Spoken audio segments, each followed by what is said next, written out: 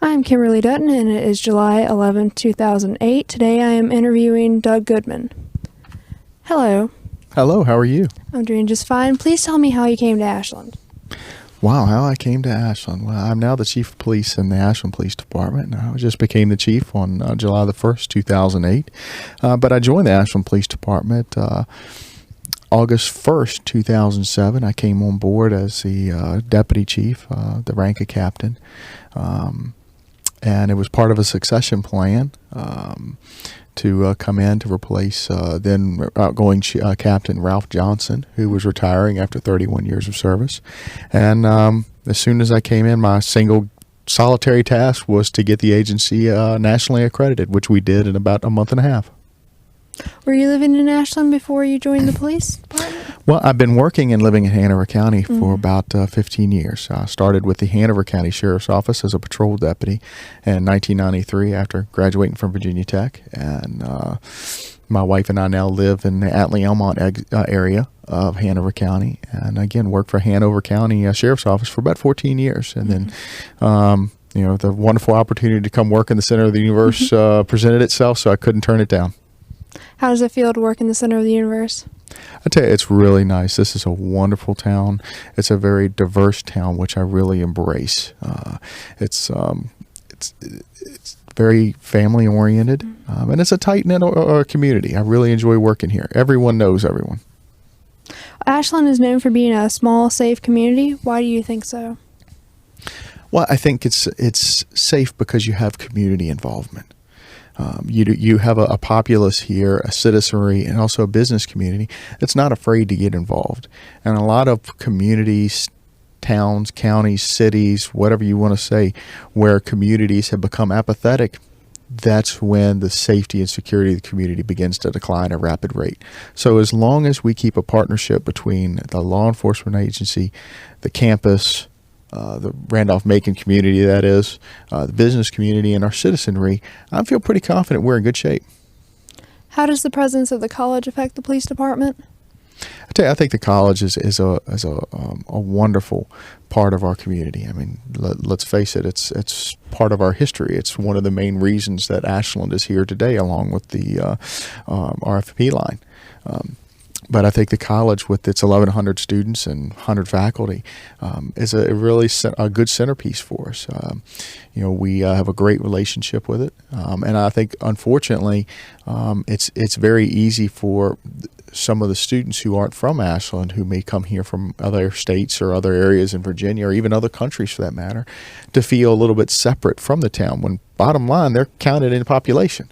So I'm really looking forward to increasing that relationship between the police department and the students, because bottom line, the students are our citizens as well. What about student behavior? Are there any instances of college mischief? Well, it's anytime you have a college campus, you're going to have folks who are growing up. You have folks who are exploring, who may be trying to find their own identity. But you're not going to have any more problems than any other segment of the population. The biggest thing you have with campuses is you have a density. You have a lot of folks living in a very small amount of space, and so sometimes that can cause its own problems inherently. But I think as college campuses go, Randolph-Macon is run by a administration that sets the tone for good behavior. And we, again, work very well with campus safety, and as well as the president's office and the dean of students to ensure that the best is done for the good of the order and for the good of the school. So what is your relationship with campus safety? Oh, we get along great with campus safety. Maurice Kiley, Dean Catherine Hall, we just have a wonderful relationship. You pick up the phone anytime we need to. We have a lieutenant in our agency, James Shellhorse, who works directly with Mr. Kiley and developing plans for football games, graduation events, basketball events that the campus may sponsor or may host that aren't necessarily related to the student population, but again, events we want to be well informed of and part of. What do you feel about the relationship between the town and the college? Again, it's inseparable in my opinion. You've got the campus, even though it's fairly insulated. It's really unique because the campus is right at the center of town, but it's fairly insulated. Most people don't go through the campus unless they're part of the campus community. Henry Street bisects the campus, running north and south, but most people, even if they're traveling Henry Street, they don't stop. So I think the relationship there is integral to have an open relationship between the town and especially the president's office. And from what I've seen, that's there. So do you know anybody who's gone to the college? My minister, Tommy Nance, he graduated from Randolph-Macon back in the late 60s. One of my professors at VCU just recently finished my master's program, Robin Lax. She is a recent alum of she did her undergraduate here at Randolph-Macon. So I know a handful of people, and if I tried to name them all, I'd leave somebody out, and that's the last thing I want to do. But some very important people in my life have been graduates of Randolph-Macon, and like I said earlier, I did not have the distinct honor and privilege of coming to Macon. I decided to go out to Southwest Virginia to Virginia Tech, but it is a fine school. And what about the events here at Randolph-Macon? How so? Do you attend any of the athletic events? Usually the events I've attended have been in a blue and gray uniform. And it's been good. The Hampton-Sydney football game this past fall, I attended not because I needed to be here, but because I wanted to be here. And that was a fun event, and we had very, very few problems when you consider the size of that event and how many people were here. It was a wonderful event. We had a good time. But I've attended a couple of the musical events here on campus. Some of the cultural events, yes. Tell me some more about your neighborhood that you're living in right now. My neighborhood. Well, I don't live in the town of Right. Ashland, but I live just outside of the town of Ashland. My family and I live in Atlee-Elmont, and we moved there back in 2001 to have a neighborhood where we were on a more secluded street where my children could grow up on a street where they could ride their bikes and play in safety and security, and that's what I want to provide for every citizen in the town of Ashland, a place where their kids can go out and play and feel safe. Have you seen any major changes in the town? I think the town is evolving. It may be in incremental steps in certain points of the year, and it may be in a rapid evolution at other points.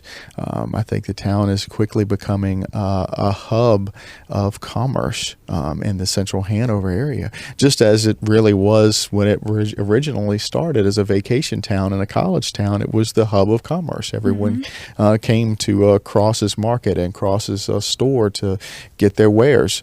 I think it's going to continue to go that way. What do you feel about the businesses here? Oh, the business community is fantastic. They're a wonderful supporter of the police department. And I think that the businesses that we have in town all serve a very good purpose, and they provide goods and services to the town and also those that are surrounding in the county. And I think there's even a few stores that draw folks from outside of Hanover County and outside the Richmond metro area, and I think that's wonderful for the commerce of the area. But I've had nothing but great experiences with the businesses in the town. Do you have any favorite stores? Any favorite stores? Wow.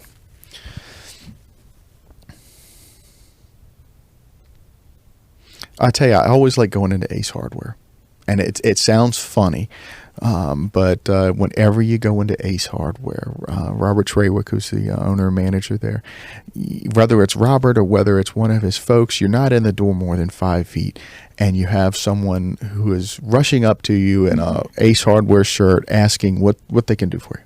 What can they show you? Do you need any help finding something? And I tell you, in the world of big box retailers, nothing against big box retailers because they serve a very valid purpose and very valiant purpose as well.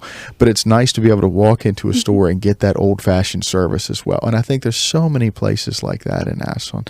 Most of the businesses along the railroad tracks are wonderful, and customer service is key to those folks. I mean, you don't spend much time in their store without being greeted. In any of the shops along the railroad tracks as well. And I think you'll find that in many of the stores in Ashland. But again, Ashland Ace has probably got to be one of my favorites. Do you have any special memories from any other stores?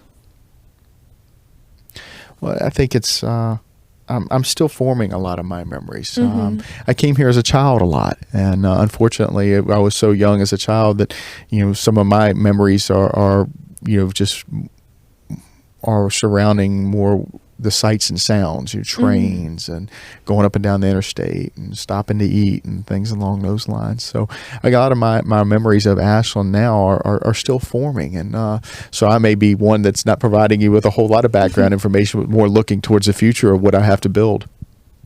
What do you think the future holds for Ashland? I think Ashland is going to continue to be a wonderful bedroom community of the Richmond metro area. I think you're going to see Ashland continue to attract industry and commerce.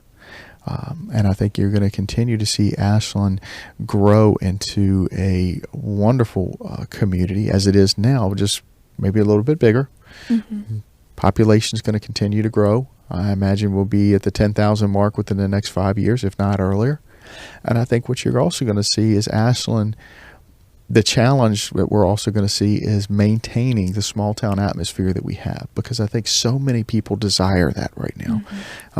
You've got living in the city, you've got living in the suburbs, and you have living in rural areas. But nowhere in the Richmond metro area do you have living in a town. And if you look around Virginia, you'll see so many different locations. There's a neighborhood being built up in Caroline that's being built as a town. It's not a cul-de-sac neighborhood. It's being built as a town. And I think so many people now are desiring that intimacy with their community. I think Ashland is going to continue to grow with folks who are just looking to get away from the city or get away from the suburbs or move in from the rural areas. Again, just to have that intimacy, to be able to get out and walk to the library or walk to the grocery store or walk to the ice cream shop. So I think you're gonna see Ashland continue to grow with new residents that's what they're looking for in life. Who do you think are some of Ashland's most colorful characters? Other than me? Ashland's most colorful characters. Wow, that is a really hard one, because Ashland has a lot of colorful characters, no doubt. You have so many people that are involved. It's hard to really narrow down one. I think one of the most colorful characters, and unfortunately he's passed now, but I considered him, and to a certain degree still do, definitely, as much as you can, but Jay Pace. And Jay died a few years ago. He was the editor of the Herald Progress, and when I was the PIO for the Hanover Sheriff's Office, the Public Information Officer, Jay and I would have many long talks about current events, incidents that happened in the county. And I remember during Hurricane Isabel, Jay was one of the few people in the media that actually had my home telephone number. And during Hurricane Isabel, the very few times I actually was able to go home, I recall Jay calling me just to kind of get a status report on what was going on, and I was comfortable enough with a man of his status in the community calling me in my personal number. One of those things that most police officers hold close to the vest and never give out. But I had no problem with Jay Pace, because he was a man of integrity, and he was just he was one that could be very serious, but then as always shown at the Ashland variety shows, could just show that wild side and show that colorful character. Of course, now we have the statue over at the plaza of Jay, and every now and then I'll go sit with Jay. Watch the ball turn and go sit with Jay and have a little quiet moment. But there are so many other colorful characters. I think you've got a lot of folks in Ashland. A lot of the youth in Ashland as well. You've got Dave Kliz, who runs around with his headset on, doing his running blog and his running. I forget the term. Gosh, I'm technologically inept when it comes to that. But podcast, I guess that's the word. Yeah, and Dave does his podcast, and I know Dave very well, and I know people probably see Dave running around a lot, and he's got his blog on the Townhound website. Lori Foley is another one who I have just become to adore, because she is just so involved in the community, and of course she runs the Townhound website, and she's just she's got the pulse of the community, no doubt about it. Do you have any interesting stories about on the job? This is a really unique community, and I could go on for days about different incidents or different events and things like that. But one thing I've realized about Ashland is there are no secrets in Ashland.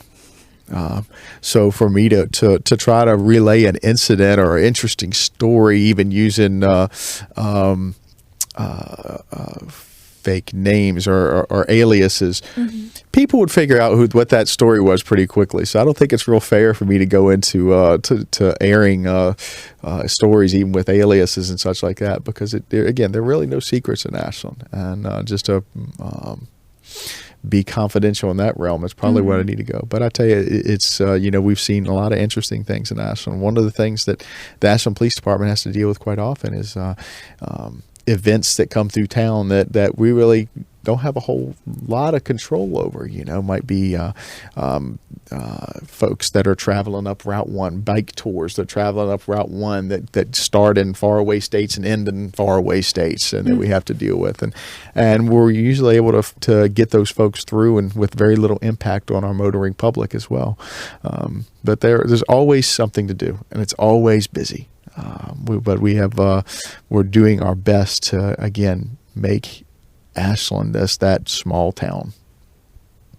How do the interstates affect your patrolling?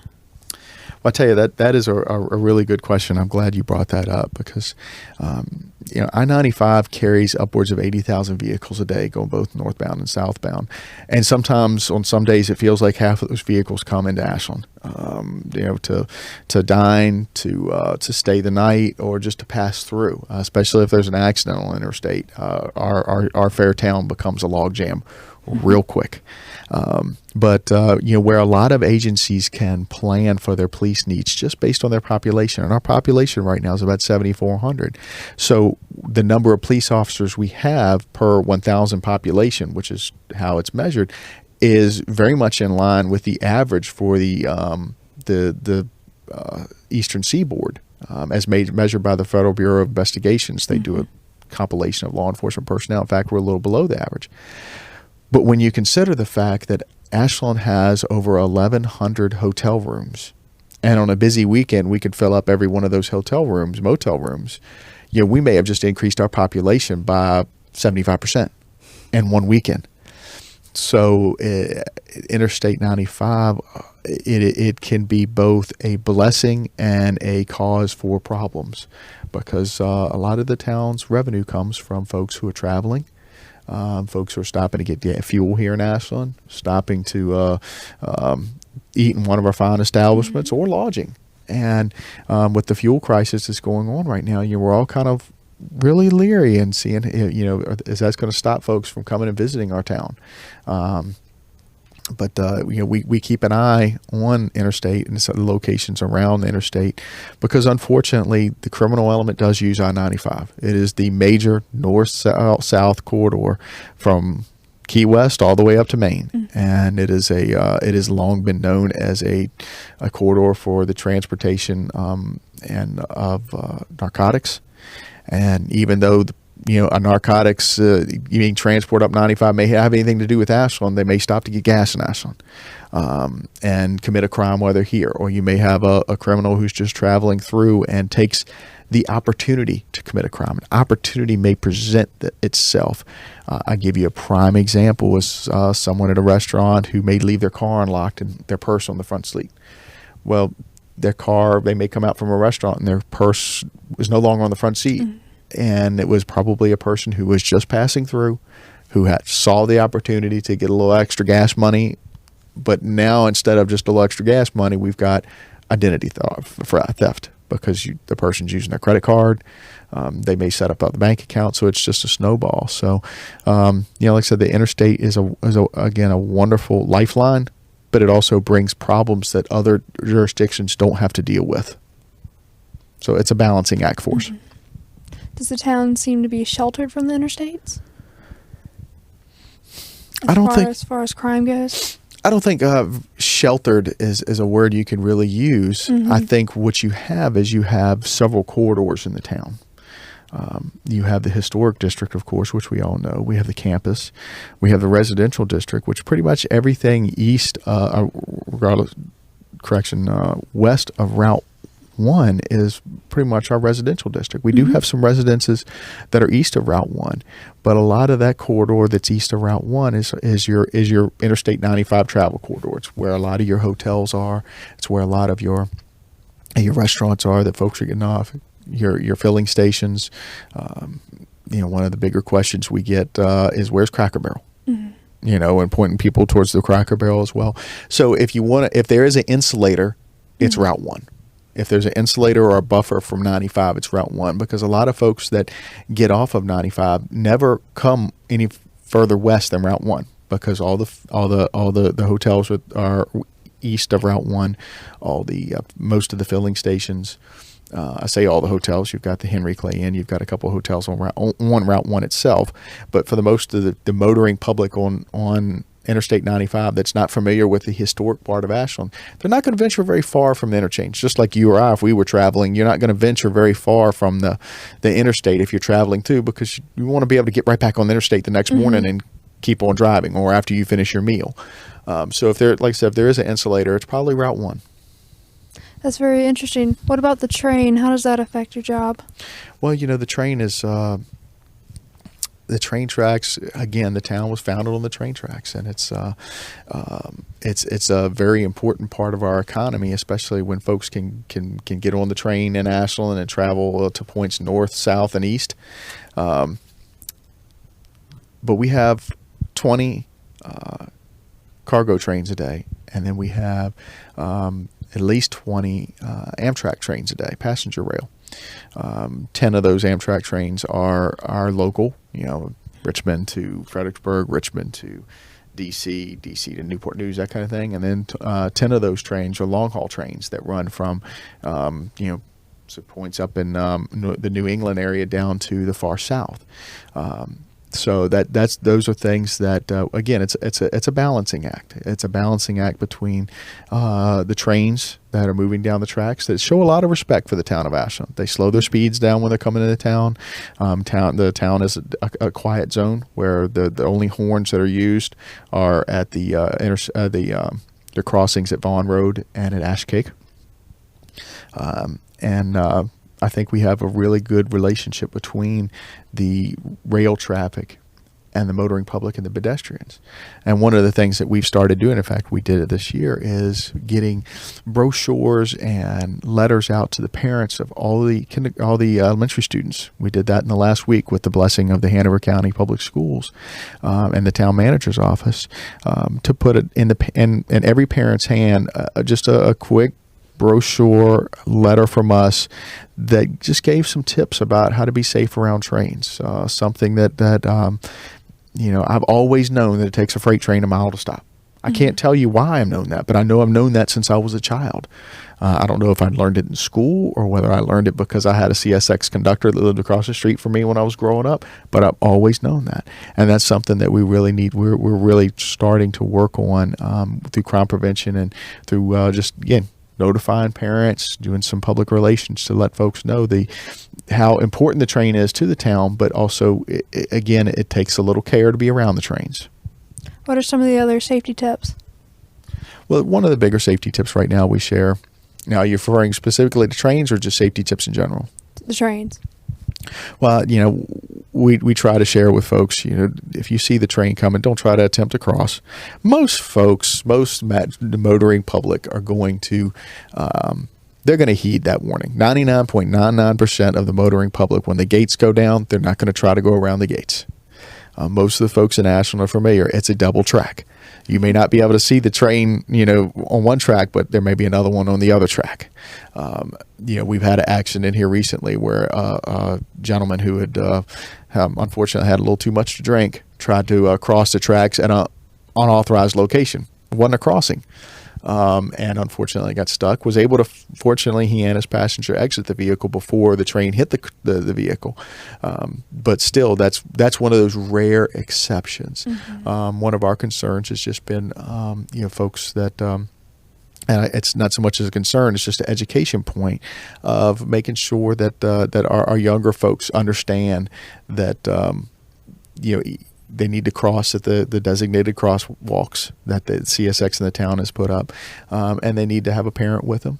And then if they see a train, then they need to wait for the train to pass because, again, it does take upward a mile for many freight trains to stop. The Amtrak trains have a little bit better stopping distance, but still, one way or the other, it's a big moving object. And so we just want to make sure that all of our young people understand to show respect for the rail traffic.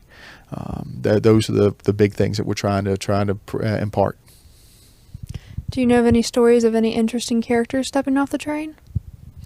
Every now and then, we will get calls, and I say every now and then, and that is probably a very true statement. It's maybe once every quarter we will get reports of, usually it's teenagers who are trying to run away from home or trying to escape for a little bit that get off the car in Ashland, off of a freight car. They pop the train, and then we end up catching up to those kids on every time and calling mom and dad. They're usually from states up north, and mom and dad come down to get them. And we'll take care of them until mom or dad can get here. But that's about the most interesting stuff we have of people getting off the train. Like I said, the Amtrak passengers couldn't be better citizens that travel Amtrak. And we have very, very, in fact, I can't even think of any problems we've had with any interesting characters coming off the Amtrak trains. Do you use the train services? I have not yet, but I plan to in the future. My son is interested in it, and I plan to hopefully take a trip from Ashland to Fredericksburg and maybe have lunch and then turn around and come back to Ashland in one day and just try to make it a day trip. We'll see. Of course, the Santa train runs every fall now. Now, that's Jim Donlan's creation, who owns Traintown Toys and Hobbies down on the historic district, and that is a very popular event, and he'll be selling tickets in another couple of weeks for that, which runs every I believe it's late November, early December, and that runs from Ashland down to Williamsburg and then back again. Do you know anybody who works for the train right now? The station? No, I don't know anyone personally that works at the train station, other than, again, our fine folks, that town employees that work over at the visitor station and a visitor center, who definitely provide that wonderful ambassadorship to folks who are visiting. But I grew up across from a gentleman who was a CSX engineer and conductor for years. His name was Doug Lee. And he was like a surrogate grandfather to me, and he is a great guy. He still lives in the same house across the street from where I grew up down in Varina, and just a fantastic guy. And so I have a great deal of admiration and kind of sentimental feeling every time I see a CSX train, because it reminds me of the good memories I have of that wonderful neighbor growing up. What do you do for recreation in Ashland? What I do for recreation in Ashland? I'd like to say I run a lot. But I hadn't been able to run as much as I wanted to. Hopefully that's going to change here real soon. I do a lot of biking, a lot of road biking. My kids love Poor Farm Park. We will come up on a Saturday, and they think Poor Farm Park is just the best place in the world to go hiking. They like to go down and throw rocks in the creek at the base of Poor Farm Park. And so we will go to Poor Farm Park on a Saturday morning and then come back. And quite often we'll have breakfast at the campus and Estes. Or we'll stop at downtown and get ice cream cone or something along those lines. But everything, and right now in my life, because I have young children, pretty much our social lives revolve around things that will entertain the kids. How do you like Estes? Oh, I think it's great. I'll be honest with you, based on the food that I had in college, I'm not quite sure that the current college community knows what real college food is, because this food is pretty good, actually, I think. What are the major gathering places in Ashland? Oh gosh, you got the coffee and tea. The library is a wonderful gathering place. I don't think I've ever seen a library that's quite as busy as the Gillis Library in downtown Ashland. I really don't. But you got the coffee and tea, you got the library. The skate park is a pretty big gathering place for the youngsters, for the teenagers, and they have a great time. Of course, that's right behind the police department, and hopefully that our presence there maintains a safe environment. They feel safe, they can come. Parents can feel safe that their kids are coming there. Puffer Belly Park is a place for a lot of folks to gather as well. And of course, there's multiple points on campus that a lot of the campus community congregates. What about town events such as street parties? Oh, that very true. That's a wonderful event. In fact, we have one coming up next weekend. The street parties have been a lot of fun for a lot of people, and that's one thing that Ashland really has that a lot of communities don't, and I think that's really the brainchild and a lot of work put on by a lot of folks. But I think from what I understand, town manager Charles Hartgrove has really been a driving force behind a lot of these recreational events and cultural events. You've got the street parties, you have the Bluemont concert series. I can just go on and on, but there's always something to do in Ashland. If you were bored in Ashland, you're not looking hard enough, right? If especially if you're a young person, Ashland, old person, you're an adult with small children. If you get bored in Ashland, it's not because there's nothing to do. There's always something to do in Ashland. Have you attended any of the parades? Oh yeah, definitely. In fact, my family and I just marched in the 4th of July parade last week. We were in the bike patrol portion of that parade, and my daughter and my son decorated their bikes in the grand red, white, and blue style, and so we rode down Railroad Avenue with them, and we had a good time there. And of course, I drove one of our town police cars in the Christmas parade, the Old Town Holiday Parade that occurred last November. And I've been part of watching some of the other parades, like the homecoming parade and things along those lines. Can you describe who takes part? What kind of organizations take part in these parades? Well, I tell you, the Christmas parade, the Old Town Holiday Parade, is put on every year by the Ashland Kiwanis Club, and what a fabulous organization they are, and they are very well organized. We work with them hand in hand. It's one of those days where every Ashland police officer on the payroll works on the same time, that same 3-hour window. Everyone is working because we want to make sure that the event is safe for the pedestrians and the folks who are watching the event, but also safe for the folks that are participating in the event. And so we have a big presence there on the parade day. The 4th of July parade, the Anne Arundel Arts and Activities Center, they're just fabulous people, and that is a great event too. It was a really big event this year, but it was very well organized. It ran like clockwork. We had a good portion of our police department there as well, again to make sure everyone was safe, make sure that all of our modes of transportation, both feet, both wheels and rail, got along well that day, and it did. It went really well. What about the Strawberry Fair? The Strawberry Fair that's a hallmark of our community, and I wish I had my new patch on my uniform. We just changed patches for our uniform, and we actually, when we asked the officers if they wanted to design a new patch for a uniform. Shoulder patches on uniforms are very, very sentimental to officers who wear them. The patch that I'm currently wearing was designed by retired Chief Billy Martin back in the 80s, I believe. And it represents the great seal town of Ashland and represents some of the landmarks.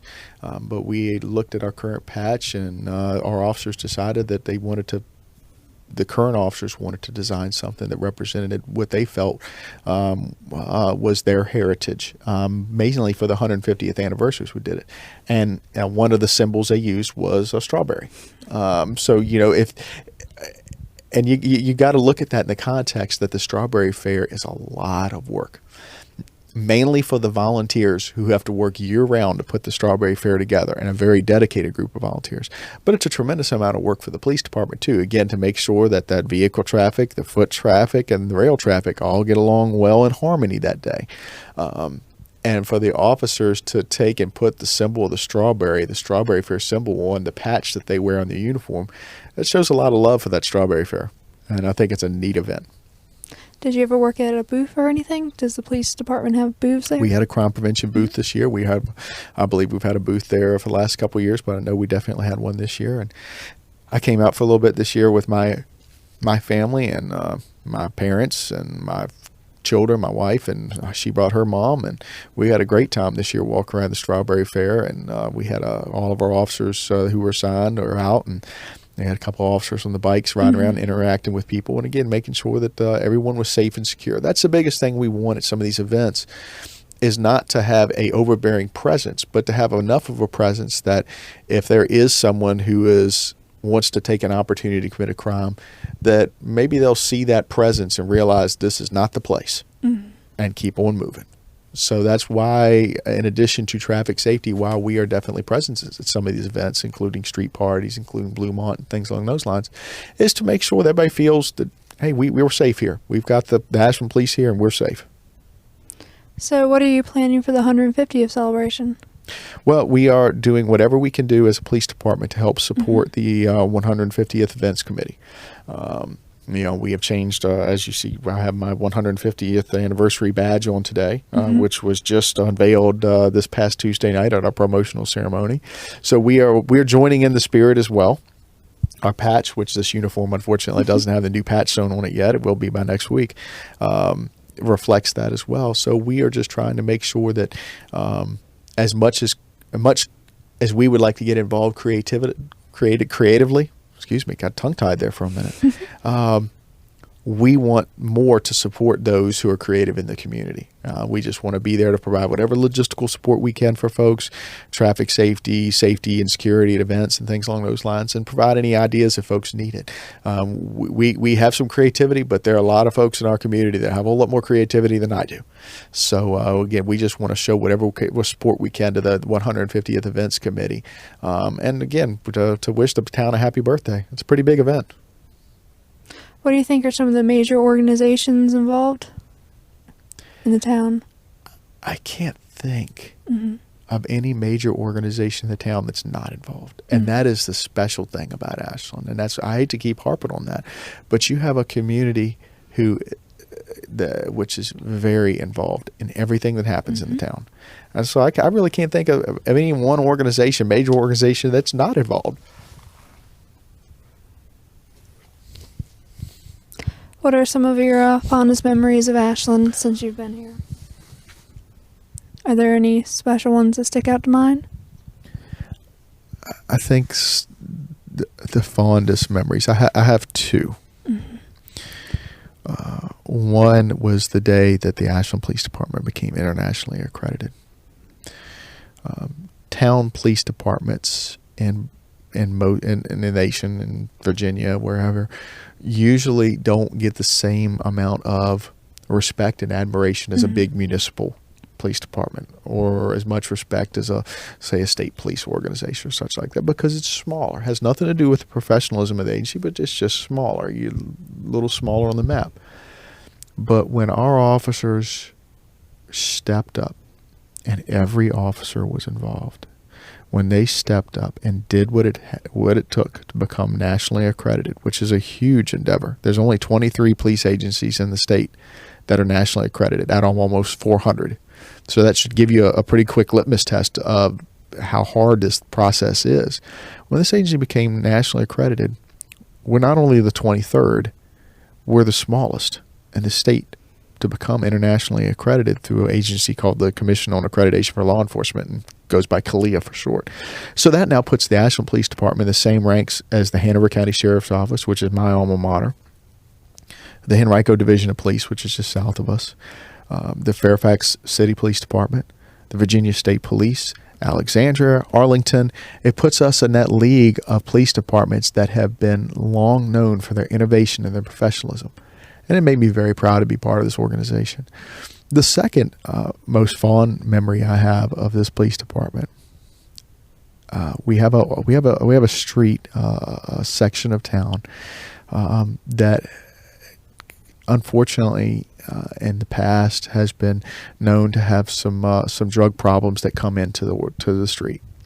And so we took a very strong initiative back in January of this year to step up not only our patrols, but our involvement with the community. By having a community meeting, by putting surveys out to the community, by increasing our patrols, by meeting with citizenry, really to try to get at the root of what the problem was in that neighborhood, and to see what the citizens needed to feel safe. And we had a lot of good feedback. And one of the input from the citizens, which should be common sense for most police departments, but it was good to hear it from the citizens as well, as the citizen said in a public meeting that we had with them, is we need to have more instances of good interaction between our police department and our citizens down here. And it needs to be very visible. So we need to show those who have less than good intentions for our street who is in charge. And it's the good neighbors of the street who's in charge. It's their neighborhood. It's ours to serve them, but it's their neighborhood. And one day we had two of our bike officers, Scott Menzies, who's now a sergeant in our organization, and Andy Kane, who's an officer in our organization. Were on their bikes. It was cold, so they were bundled up on their patrol bikes. And on the back of one of their bikes, they had strapped a football as they were riding out. And I would pay anything to have had a camera that day. And I asked, guys, where are you going with a football? Well, we're going down to play with the kids. There's some kids out and we're going to go throw football with them. Well, gosh, you could have just bought me for a nickel at that point, because these guys, no one told them to do that. No one asked them to do that. It was these guys who on the spur of the moment said, hey, we've got an opportunity here to have a positive interaction with some of the kids in this community, and we're going to take it. It was carpe diem to the nth degree. And they went down there and played football with these kids for about an hour. They were available for calls for service. They were available if should anyone need assistance from an Ashland police officer during that time. But they took an hour of discretionary time, and instead of sitting still or sitting in a police car, they were out in the cold weather with a football, playing with these kids, monitoring their radio the entire time in case someone needed assistance or a 911 call came in. But that was probably one of my proudest moments of being here. And in the grand scheme of things, it would never make the front page of a paper. It probably wouldn't even make the back page of a paper.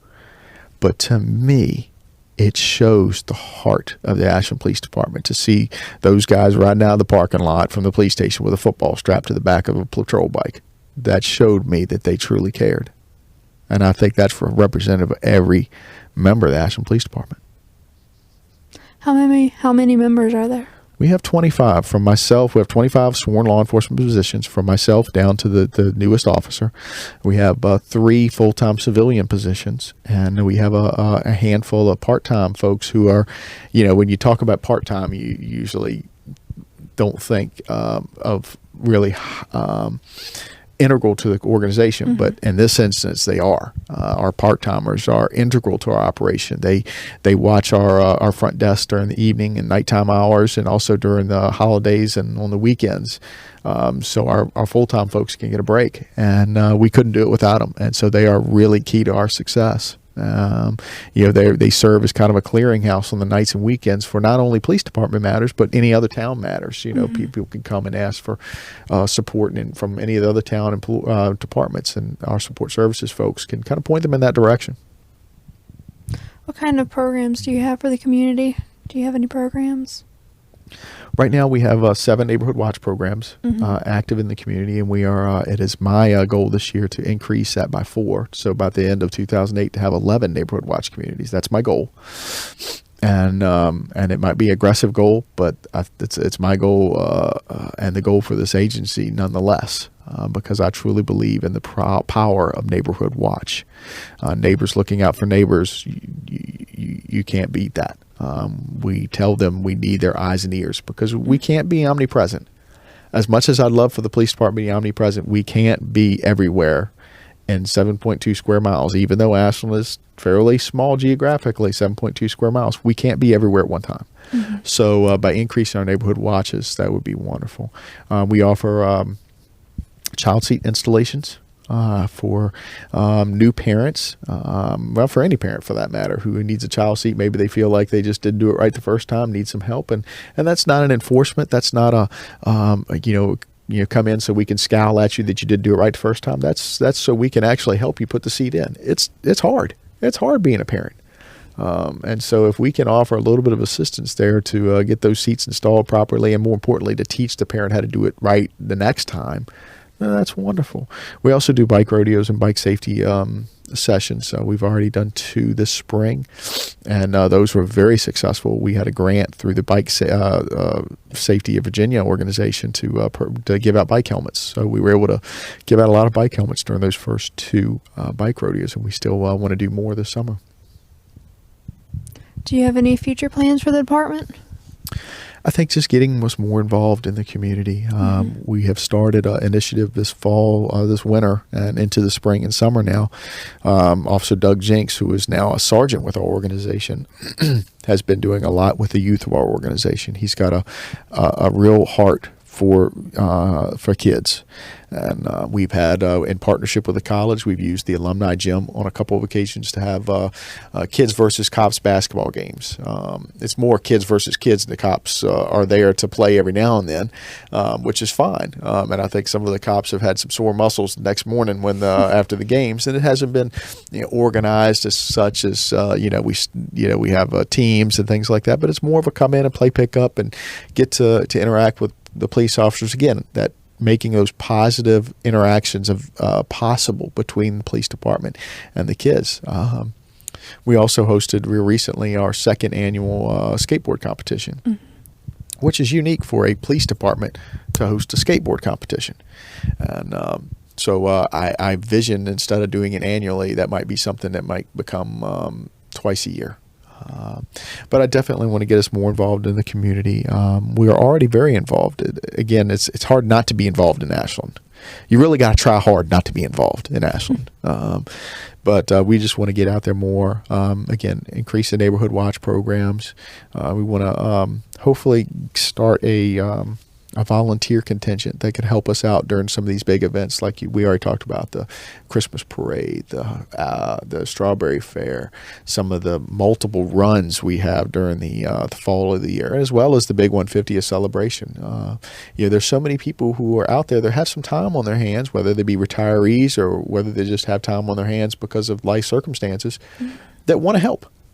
And so we want to try to tap into that very valuable resource. We're going to continue to work with the campus, not only in safety and security measures, but this year was the first year that anyone can recall that we actually had an intern. We had an intern from Randolph-Macon in the springtime, and it was a win-win. We got a lot of good hard work out of the intern, and the intern got a few college credit hours. So, that's oversimplifying it, but that's something that we're going to continue as well. For my final question, what do you think makes Ashland so special? The tight-knit community. You have a community that I think if you took all the cars out of Ashland, you'd still have that tight-knit community, because the density makes it so you can walk pretty much anywhere you want to go. So you've got that one-on-one communication, but you've got, even though you have that Mayberry-like feel, you still have folks like Lori Foley, who's really on the technological forefront of communication in the town of Ashland. So I think you have the best of both worlds, and I think that's really what makes Ashland so special, is that you have a 21st century Mayberry. Right here in the heart of the Central Virginia area. And I think that's what people are really looking for now. Thank you very much. Thank you.